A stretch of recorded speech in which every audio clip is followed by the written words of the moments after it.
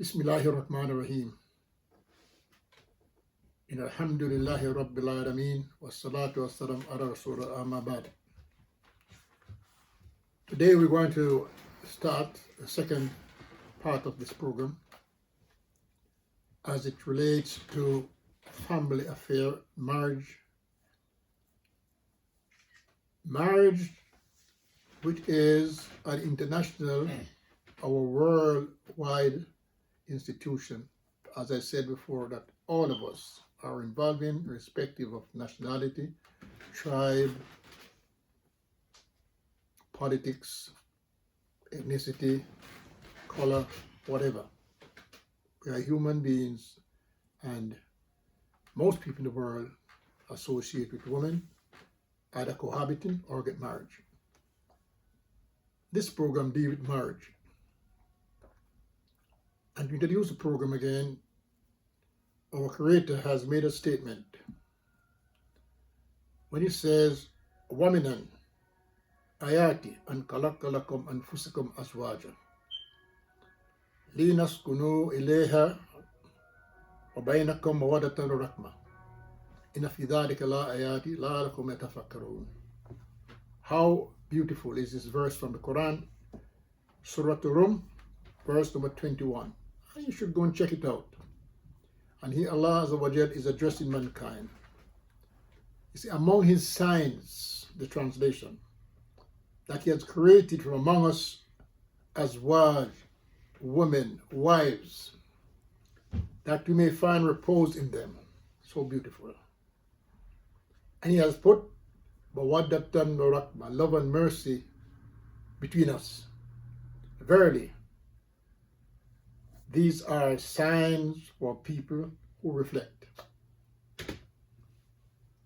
This word, or these words, mawaddatan rahma, which is translated as love and mercy, is from the hikmah of Allah subhanahu wa ta'ala, hikmah baliga, supreme wisdom, where he could have said mercy and love. But Allah who created us knows how man vary in terms of his thoughts, his behavior. So when a man and a woman come together, there's always some form of love. Some people call it infatuation, but there's always love. But as time goes by and something happens, this love can become weaker, and there can be problems in the relationship. Allah is advising us to resort to mercy. Okay? So this is the verse that I used to introduce this program. And then we shall talk about the foundation pillars of marriage itself. Because many times people enter into marriage without following the proper protocols, observing the foundations. And the first foundation among them is consent. Allah Azza wa Jal, our Creator, has given a woman this supreme choice, that she is the one who's been asked. As we all know as men, I've seen men on their knees holding the hands of the lady. Will you marry me? So it's always the man who's asking the sister, can I marry you? Will you marry me? So that in itself is a proof that no woman should be forced to get married to anybody. It's her choice. And of course, the choice that is made is based upon guidance from the scriptures, as we have spoken about. The man who she is about to marry is a man who should fear Allah. He should be able to provide for his family. He should be satisfied with whatever Allah has provided for him. He becomes the shepherd of his family, the responsibility that he will have account to Allah. And Yom al-Qiyamah, Day of Judgment, how did he lead his flocks? So he should prepare himself and his family for that day when he becomes accountable for how he deals with his family. So the first condition is the woman is asked, and she agrees. And the Messenger of Allah, Muhammad, he says, a woman who has been married previously has a right over herself. She can agree or disagree. But the woman has not been married or have any relationship with a man, her silence is her agreement. Because if she disagrees, she would say no. Sometimes she's shy. So she don't say no because she have a wali. And that's what comes next. And the wali is the one who represents the woman to be married. And without the wali, there's no marriage. Because this is one of the foundation pillars of marriage. The wali for a Muslim lady, if her father is a Muslim, is her father. Next in line is her uncle. Next in line is her son. If she had been previously married and has a son who is at the age of maturity.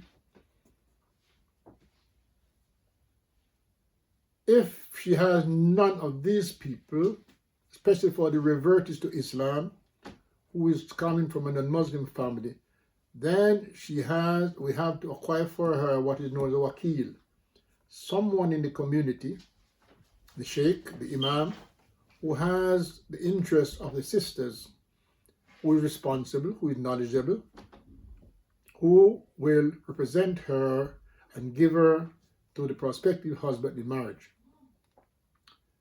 Something has to be understood. This waliship, if it's the father, he surrenders the responsibility of his daughter to the husband, but he's still there in case of a misunderstanding in the marriage that both the husband and the wife cannot sort it out. Then it goes back to the father, the wali, and he should not be biased. He should be just. Don't come and say, oh, this is my daughter, you don't do that, you don't do that. No, you have to listen to what has happened. And if you think it warrants someone else who has more knowledge than you to deal with this problem, then that person should be sought. And between both of you, to try to find a solution to the problem to keep the marriage going. So the second pillar here is waliship. The third pillar is the Mahr. And as from the non-Muslim point of view, they say the dowry. This is a gift that the man is obliged to give this lady. It's not a bride price. He's not buying a woman.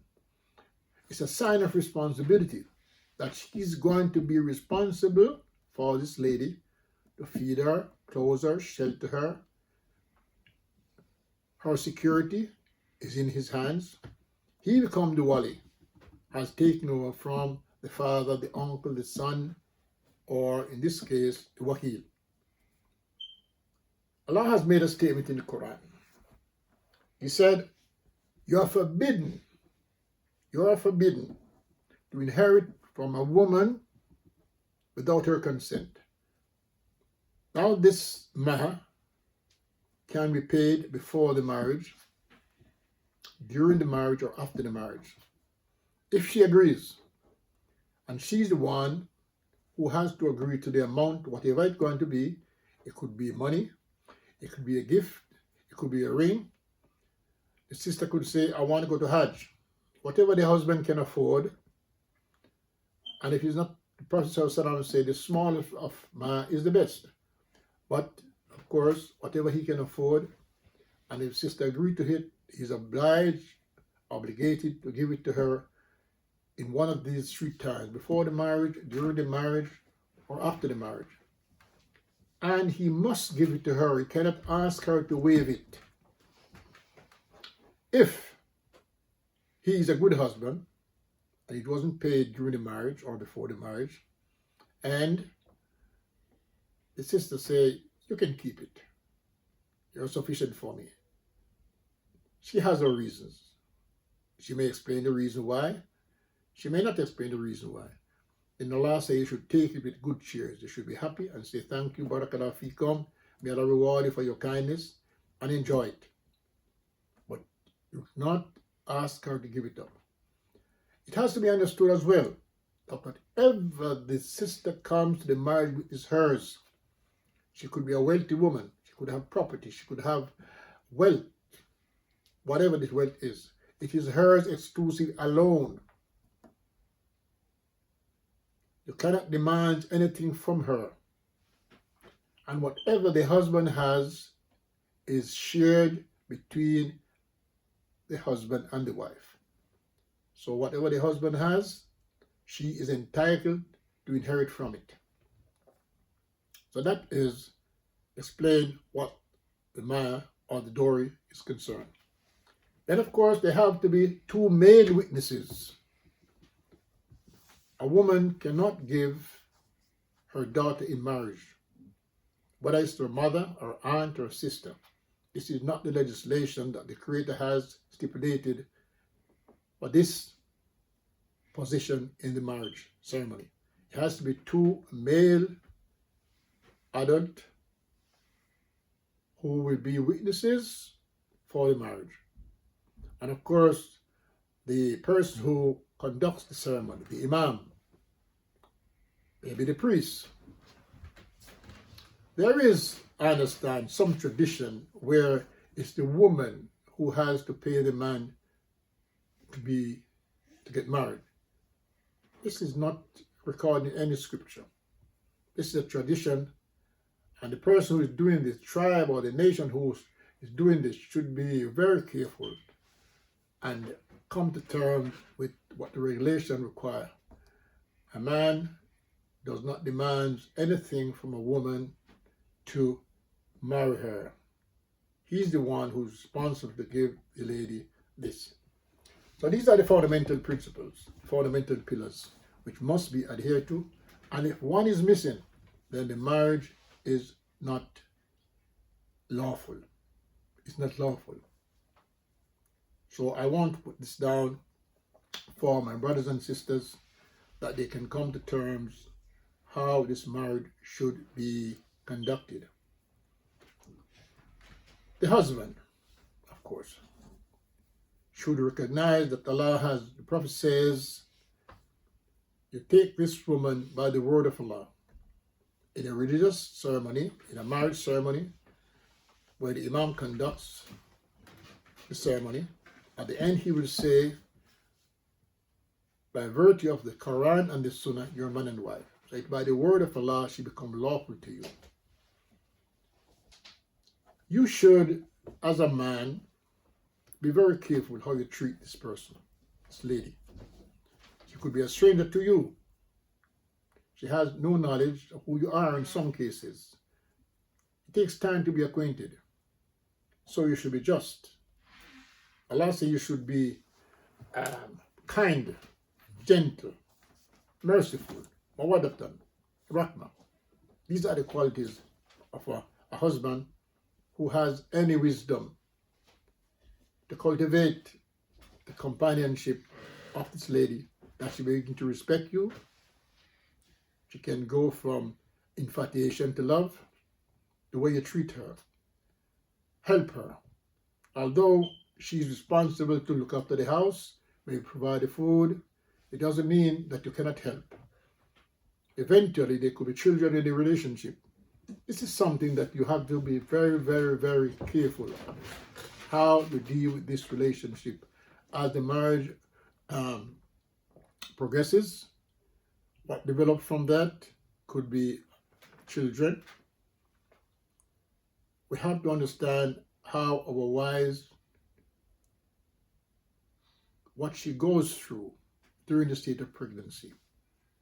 The husband should be there for her, to help her, to be kind to her, to be gentle to her, to have mercy upon her, to be loving, to relax with her, to be a person that she finds comfort with. These are some of the qualities that the husband should, of course, be capable of offering this new lady in his life. The same applies to the lady. She also has an obligation. Be careful of the harvest of the tongue. How you speak to your husband. Choose your words carefully. Don't disrespect your husband by your action, by your words. Don't treat your husband as if he was just another person. He has a degree over you because he's the one who's responsible for you. It doesn't mean that you're not equal in status in the sight of Allah.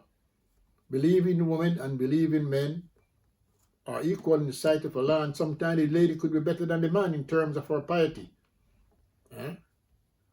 Then the man has a responsibility to save himself and his family as they develop from the fires of Jahannam. A righteous wife will produce righteous children. Education is necessity to develop a family. And when the husband and the wife cooperate, how the family develops the children from infancy into adolescent, we are making a contribution not just to the family, but to the community and to the world at large. The children should learn to respect their parents, respect elders, respect the rule of law, to fear Allah, grow fearing Allah. At the age of 7, they should begin to pray, O Muslim children. At the age of 10, you should be praying constantly. Practice fasting sometimes. These are fundamental principles of Islam that eventually, as you grow up, you're going to fall in line with. If you have a family who is righteous and observe the pillars of Islam. The husband, of course, he has to be a person who understands his religion. 5 pillars of Islam. Belief in Allah based upon Tawheed. He prays 5 times a day. He fasts in Ramadan. He gives sadaqah, he gives zakat, if he can afford it. He goes to Hajj with his family, with his wife, if he can afford it. He has what is known as Al-Iman al-Mufassal. He believes in the 6 principles. He believes in Allah, His angels, His prophet, His books, predestination of good and evil, and life after death. These are fundamental principles that the family has to put into practice, live by it, follow it attainlessly, with the understanding of the companions. Practicing Islam in the family should be based upon fahm, the fahm of the companions. What were the companions upon? And according to one of our illustrious Imams, he says the companion was upon these principles. ونزوم الجماعة واتباع السنة وإمير المسجد وتلاوة القرآن وجهاد في سبيل الله. The companions and the Tabaheens was upon these principles. They stick to the Jama'ah. What is the Jama'ah? Who is the Jama'ah? The leader of the Muslim. They stick to the Sunnah of the Prophet ﷺ. And Allah has been a witness that these are the people He's pleased with. In the Quran, Allah mentioned them. Muhajir and Ansar wa Sabakum il-Ihsan radiyallahu anhum waradun. Allah is pleased with them and they are pleased with Allah subhanahu wa ta'ala. And those who follow them, Allah provides Jannah for them. So, as Muslims, we have to understand that our understanding of the religion has to be based upon the understanding of the companions. They were the students of the Prophet ﷺ. They have the best understanding. All the narrations of the Quran and the Sunnah, the speech of the Prophet ﷺ, his action, what he said, has been recorded and conveyed by these companions, the noble companions, Rallahu and Jamayan. May Allah be pleased with them. So, It's all well and good to say, I follow the Quran and the Sunnah, but by what understanding we follow these our religion on has to be based upon the companions' understanding. And if this is put into practice in the family, which is the husband's responsibility to make sure that this is done, then we are walking the road that Allah has prescribed for us in our salat. How many times a day we ask Allah, Idina siratan mustaqim, sirata ladina lamta alayhim, ghayril maghdubi alayhim waladdallin. What are we asking for? We're asking Allah to keep us and guide us to the straight path.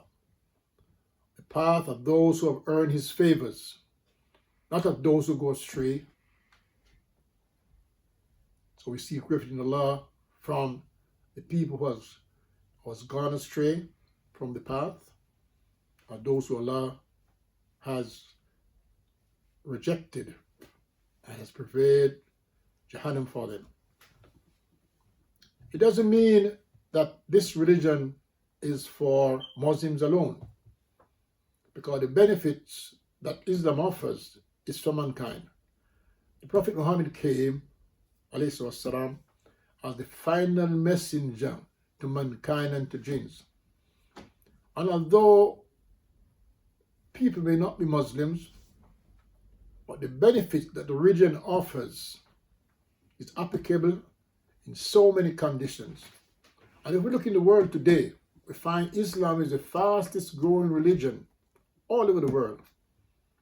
Whether it's in the United States, whether it's in Europe, whether it's in the Middle East, whether it's in East, Far East, irrespective of what is said about Islam, and we have to say congratulations to the sisters.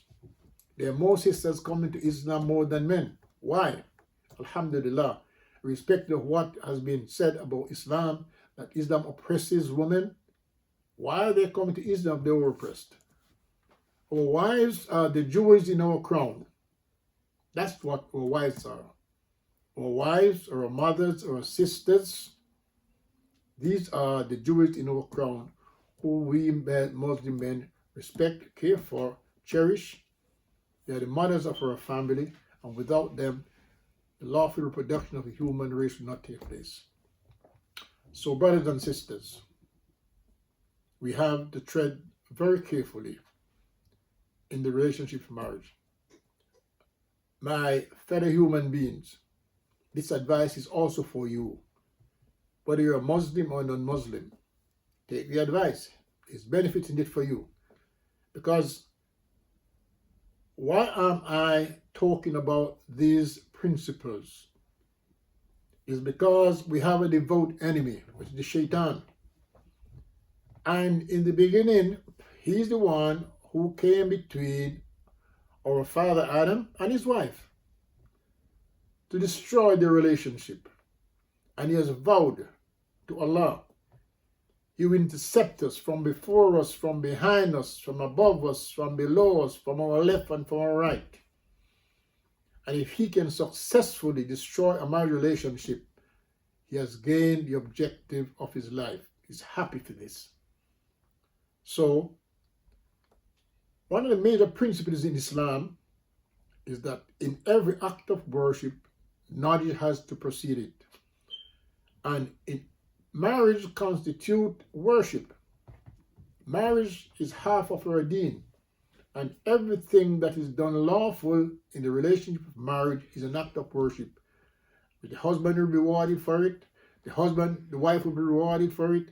The children are rewarded for it. The prayers of the children is heard on behalf of the parents until they reach puberty. Whatever good the children does is attributed to the parents until they reach puberty. At puberty, they become responsible for their own actions. So we have a responsibility to bring up our children, to bring up our children righteously, that when they reach the age of puberty, they become praiseworthy in their actions rather than being blameworthy. So we have to take this deen seriously. And as we look around us, especially as those of us in the West, there's fitna. There is so much fitna. As you leave the house and go on the street, there's fitna. Everywhere you go is fitna. There's problems. There is things that is un-Islamic. We're not living, those of us who live in the West, we're not living in an Islamic society. We're not here to change people for what they want to do.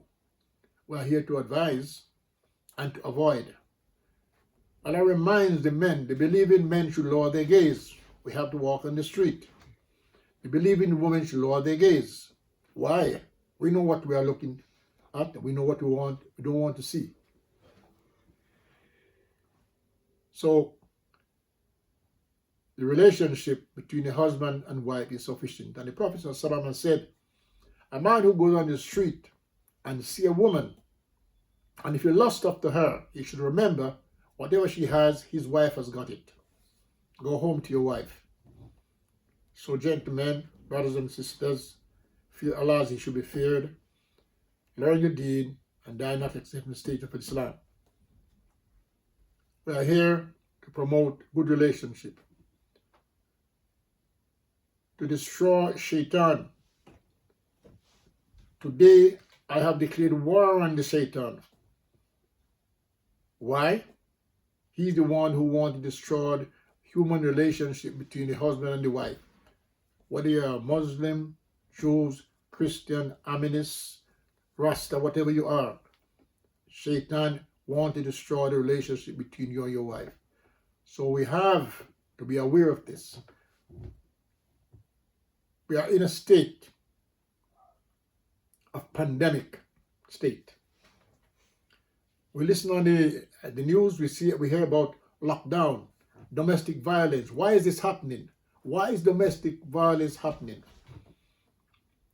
From my experience in dealing with, as a married counselor, I've come to understand most men who's married 10 years, 5 years, 10 years, 15 years, they do not even know their wives. Why? They're working people. They leave the house in the morning, 7, 8 o'clock. They're out all day. They come home, 6 in the evening, 7 in the evening, tired. We're human beings. They may have something to eat, they relax for a while. Within 2 hours, they are fast asleep. This goes on 7 days, 6 days a week. They never have time, quality time to spend with the family. They don't know how the wife functions during the day in their absence.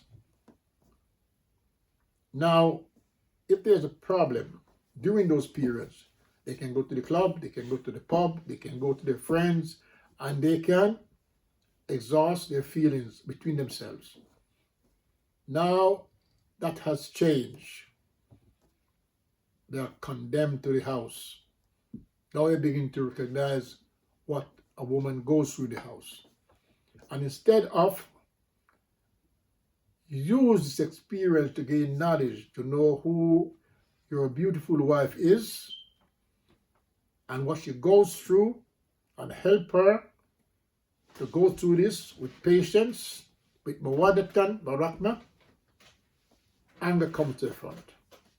So in this program, I want to deal with anger, because this is one of the vote problem that we have among ourselves, which Satan used to destroy the relationship between the man and the wife, the husband and the wife. And there's a cure for anger. But like everything else, when anyone does something wrong, you have to recognize that you have done it. You cannot make excuse for wrong actions. And what is lawful is clear, and what's unlawful is also clear. So I hope, inshallah, to offer some advice to destroy the anger that is going on in the family, especially this period of lockdown, and to bring about a better relationship between the husband and the wife and the family,